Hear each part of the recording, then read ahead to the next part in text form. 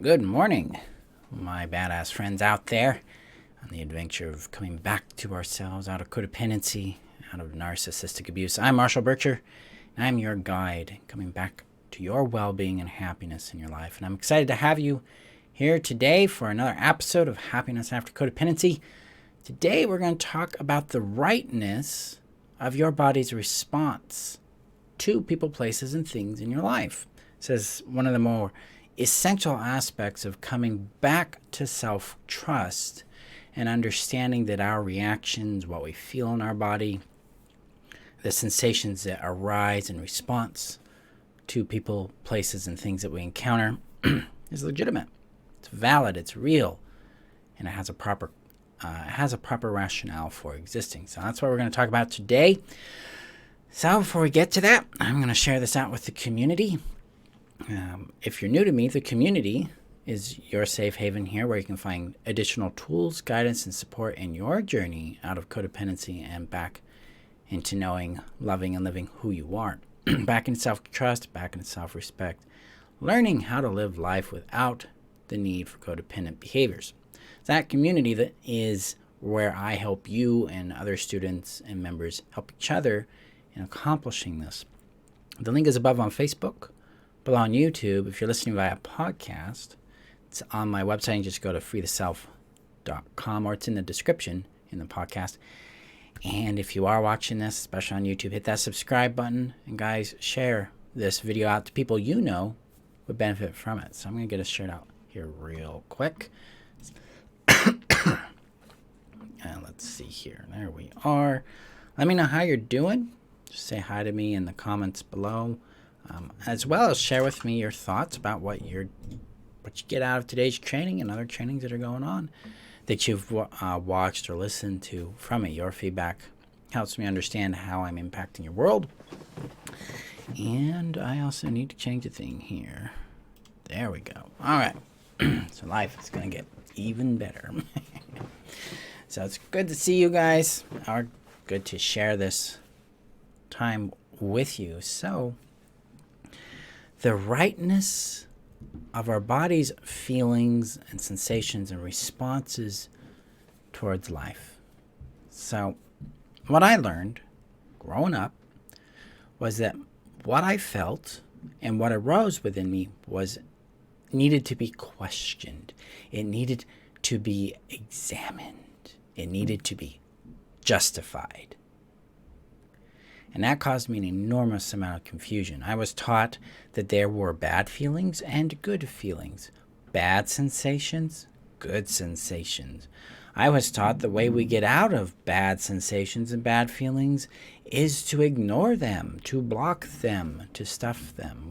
I was conditioned to believe that I must overcome them and eliminate them from my existence. In other words, I shouldn't feel what I feel. I shouldn't have these feelings, these thoughts, these sensations, this kind of experience that's going on there. This divided me against myself. It taught me to distrust my lived experience, my sensations, my perceptions, my emotions. It disconnected me and taught me to distrust my needs and my wants, my intuition, my own wholeness and self-awareness was divided against me. And then when trauma comes into the world, it comes into our world and we are acted upon in coercive and harmful ways, the nervous system then goes into one of its four options. It's either going to fight it, it's going to flee from it, it's going to fawn towards it, to appease and to please, or it's going to freeze and collapse. That determination's made by your amygdala. So you don't get a choice in that. The brain goes, oh, this is what we're going to do, and it does it. Now, if we've been primed to distrust ourselves and to analyze and question our responses, our behavior, our responses, meaning our sensations, the feelings, and the perceptions that arise within us, then trauma becomes really trapped because we're not supposed to feel this way. I'm not supposed to be upset about what's happened to me. I'm not supposed to be scared of it. I'm not supposed to be this or that. Sometimes we even think we're supposed to be something else, like I should have fought back, I should have pushed back, I should have left, I should have ran. See, this is how we are distrusting what showed up for us and how we reacted or responded to something. This separates us from our intrinsic wisdom inside ourselves. I'm good, Rita. It's nice to see you. This causes us inner turmoil because now we are in division against ourselves. So this deepens distrust, it raises resentment, and it fixes us into a battle that we can't ever win because it's not actually supposed to be there. And this leads us into the rightness of what we sense and how we react to things. So follow me a bit here on this because there's nuance to it. First and foremost, in my training, one of the first things I learned was that what I felt and what I was experiencing was legitimate. Period. Hey, Deborah, nice to see you. So I was sitting there with Robert Wuduan, and I was having some big feelings come up. And he's like, yeah, those are fine. We welcome them in. Let's let them take up a little more space. What if it's okay that they're there? What if they're okay to feel? What if it's actually safer to feel them now? Started working on this idea of permission. Ooh, I have permission to feel this. What we are doing there is starting to restore my personal authority and sovereignty by acknowledging the validity of my emotions, the rightness of these sensations that were showing up in my body, and response to things I was encountering in my life. At that particular time, we were working on panic. I was having panic at work, I was having panic in my marriage, panic being a dad, panic about money. Well, naturally I was. That was what I was conditioned to believe that was the right response to these things. It was also in response to the past I was coming from. See, what arises within us has a rational premise.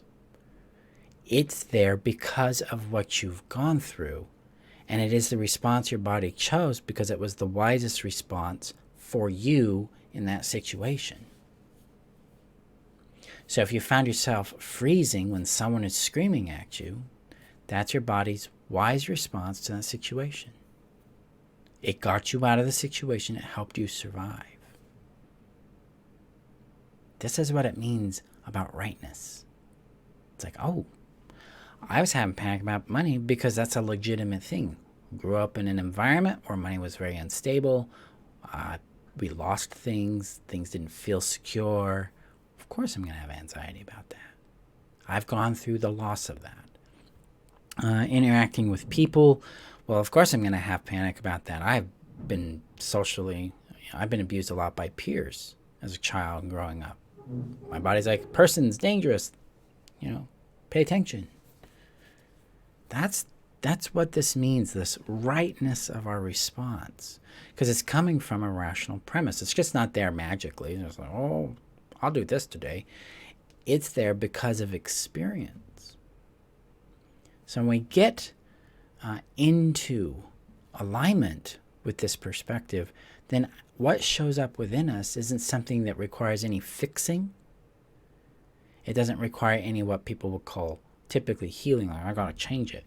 It's actually about receiving it, building capacity to feel it, to at a minimum acknowledge and let it be legitimate. And let it guide and teach you, and then you can also guide and parent this part of yourself. That's bringing that forward. We can do that through care, through kindness, through what I learned is holding space with it.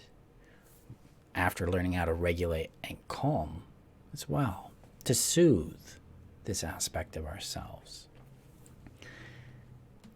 This is the beauty of it, because this is how we integrate our experiences and our emotional reality. This is what eliminated the panic attacks I had, because I realized I no longer have to panic because now I have other resources to help me manage this. But that doesn't mean the terror I felt as a child was wrong. It was the right response because that was based on the resources I had at the time. Now, as an adult, I have different resources, and I can be like, well, we can respond to this differently now. We can handle this differently. And we get to win there. This is how we mature forward into our lives without having to, like, get rid of the thing. Instead, we bring it in. We make space for it. We bring care to it. We regard it with respect. And that's why I, often a broken record for my students in this, is I practice a thing called ALI. I acknowledge what I am feeling. I acknowledge what I am experiencing and what's alive within me in response to this. So I'll take it with Pam's example here. I'm either in pain or I numb myself. Integrating in a healthy way sounds so helpful. Yeah. Let's start with acknowledging your pain and the numbness. Let's just let it be. It's like, yeah, there's pain and there is numbness. Just let that be. Because there's nothing to fix there. This pain and numbness is how your body navigated complex, scary, overwhelming, and threatening situations. And guess what? It worked. You're here. So we can give it that validation, that legitimization. It's like, this is working. This helped me get through this. Now, a lot of times we'll come in with the argument of, well, but I have to learn something different because this is interfering with my life right now. Here's the cool part. When we approach it from acknowledgement and legitimization allows it to integrate, it no longer interferes. It becomes a force working for us. Because sometimes it might be necessary to numb out so you can get out of the situation. Sometimes that is the right response to what shows up in you. So we just receive it if that's what shows up. Part of moving into real living self-trust is to acknowledge that what I am feeling in response to something is valid, period. There isn't something else I'm supposed to be feeling. So there isn't, if I'm numb right now when something happens, that doesn't mean I failed in the past to heal something. What it means is right now that is the appropriate response my body is choosing towards this thing. And then we can play a little experiment. What does it feel like, or what shifts for you when we trust that response 10% more? What do we start to discover in that shift? This brings us back to harmony with ourselves. And the next step is to care for it. Because when we really legitimize what we're feeling, legitimization is it's made real and valid to you. So there isn't a question of, I should be feeling something different. I got to get rid of this or some other thing. It's more like, this is okay to feel right now.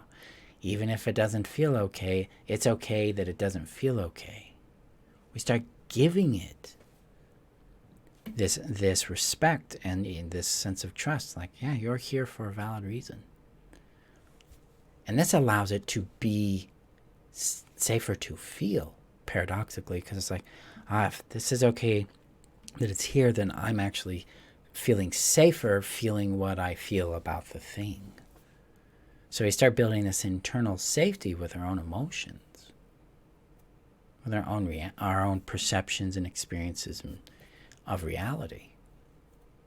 And this can help us know what to do here. Because sometimes, like for instance, with relationship to my panic attacks, I thought that, that's all I could do. That was my capacity. That's all I knew. But as I gained new skills and I coupled those skills with experience, then my body gained a new option. So rather than panic, it becomes clear and direct about it, and it becomes concerned about it and says, what can we do here? What's in our power? How do we want to respond to this? And when it's things that I am powerless over, it's like, okay, what do I need to care for myself with a potential impact from this thing I have no power over? How do I care and what do I need here? Sometimes I need reassurance. Sometimes I need a little space. Sometimes I even numb out a little bit and go, okay, I just need to give myself a break because my capacity is at its limit, okay? And then I come into clarity like, okay, we will navigate this. Usually what that looks like for me is reassurance, connection with someone I trust, and then some allowance of aggression to emerge. Not towards someone or something, but the feeling, the sensation. I trust the aggression because now I'm defending myself. I'm getting ready to fight if I need to. But I'm also open to other solutions. So that's what I've managed to be able to develop in my life as I've healed. What I mean by healing is I've gained more capacity to acknowledge what I feel, connect with it. This also works with positive feelings. This works with love. This works, positive feelings. See, even that little programming's still there. This works with feelings that are light and expansive and joyful and playful as well. Because in trauma and abuse and neglect, our world is saturated in this pain, is saturated in this emptiness or numbness. And then when these other emotions come in, happiness or joy show up, or peace or boredom or contentment or rest, we're scared of losing them. So sometimes we just push them away. I don't want to feel that because it's going to go away. Sometimes we hoard them and try to get more out of them. So we attach them and try to keep it and control it. When we become safer with how we feel, by seeing its legitimacy, its rightness, then it's like, oh, I am feeling happy.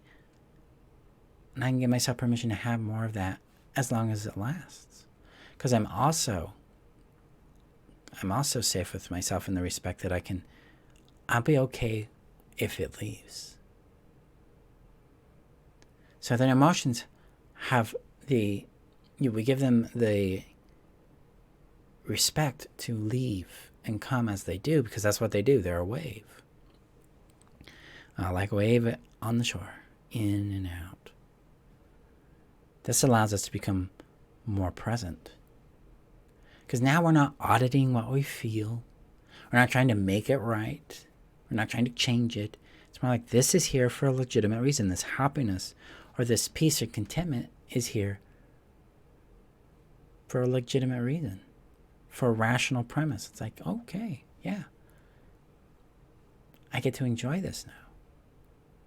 And if I have anxiety with it, I have resistance to it, that gets to come in too. We get to have that. See, nothing is wrong here. Nothing's being made wrong or bad or got to be changed. It's being received and held like a child, like an infant, cared for. It's being trusted. It's being respected. So check the comments here. Pam says, I show compassion for others and I understand their damage and their imperfections, but I never show that towards myself. Yeah, we're conditioned not to do that because it wasn't reflected back to us. So we internalized a program that regards ourselves with criticism. And then we internalized another program that regards others with compassion. So one thing that can help here is starting to give yourself permission to see yourself the way you see that other individual, and to acknowledge that others see you the way you see that other individual. They see you through the lens of compassion and care and love, just as you see that other individual through that lens of compassion, care, and love. And when we can acknowledge that others see it that way, maybe we can see ourselves that way too. And that gets us a vision shift. Basically, we're orienting towards ourselves internally through that lens and starting to explore what that is like for us. Explore what we discover there and who we discover there, what shows up for us. And this practice of acknowledging, legitimizing, and integrating what's showing up for us in our sensations and in our feelings, our wants, our needs, whatever is showing up within our bodies, is an act of that, because we're beginning to view ourselves through that lens of self-trust innate authenticity and autonomy. Like we don't even have to justify these things. They're innately justified. They exist, and thus they are valid and real. We can care for them. And care really is about this warmth of positive regard towards them. Seeing treating them with value, with priority, and with importance and respect. So my friends, as we journey back to ourselves, this is a journey back into self-trust, back into an agreement and harmony with what shows up within us. It's like, this is alive in me, and it's giving me wisdom and information and perspective. And then what is it trying to tell me? What do I need? What care does it need? What do I need to be aware about? What do I need to be aware about in regards to this person, place, or thing? So like right now, doing this training, this episode here, I have some anxiety. A little. I always do. I think that's a natural, normal thing. When people are paying attention to you, you're putting yourself out there. See, it doesn't need to be eliminated. It needs to be respected and understood. So yeah, I got that here.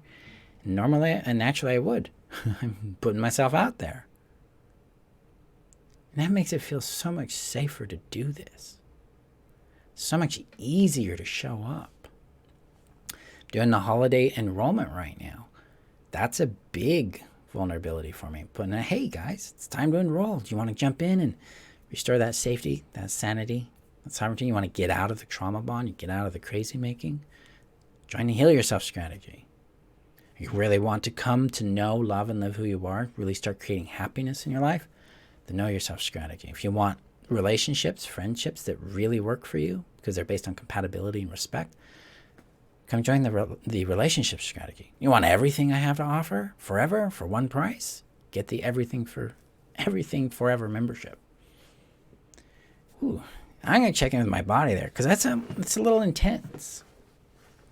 It's a little intense. It's intense in my belly and my chest. This is like this warmth, little butterflies, little adrenaline, little tension going on. Naturally, because I'm doing something that's big. I'm taking a risk. Sometimes this gets me feedback from individuals. They're like, don't like this, wrong, bad, shame, things like that. That's okay. I get to be where I'm at with it.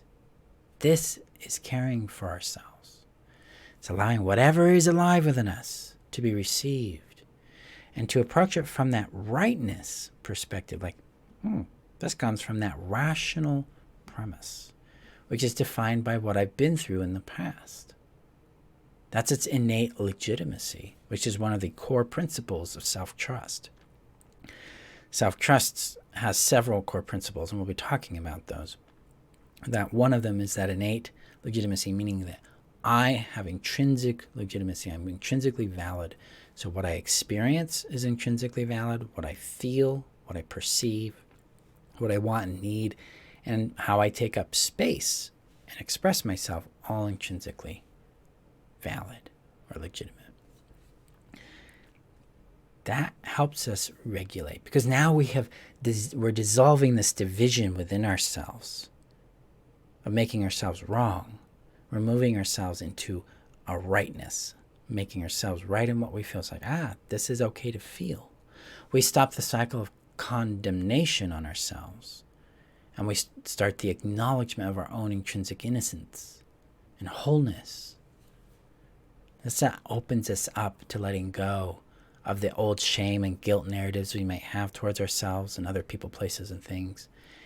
It moves us out of trying to make other people wrong so that we can be right or justified in our boundaries and saying no or in saying yes. We no longer need to pivot ourselves according to other people's points of view. Instead, we can act free of that. So I get to make the choices and take the actions that are aligned for me, despite what another person's point of view will be. Because I don't need them to be wrong for me to be right in my choice.